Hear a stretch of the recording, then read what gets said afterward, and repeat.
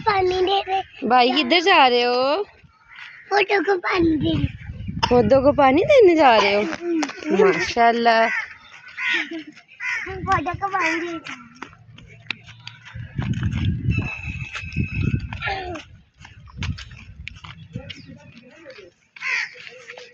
हसन भाई ने पौधे किधर लगाए हैं? किधर? वो सामने। वाह जी, हसन भाई के पौधे तो बहुत ही प्यारे हैं।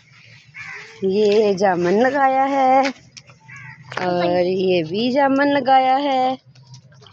ये भी जामुन है। ये है आम का पौधा और ये भाई के फ्लावर।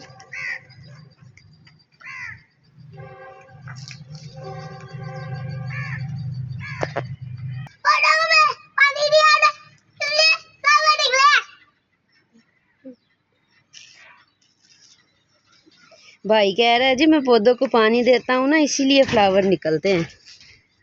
ये देखिए हसन भाई ने पौधे जो लगाए हैं उनको पानी भी देता है। ये बहुत प्यारा है। आपको पता है तोड़ना भी नहीं है। मुझे ये अच्छा लगता है। कौन सा? ये पिंक वाला। मुझे भी पिंक वाला। ये वाला।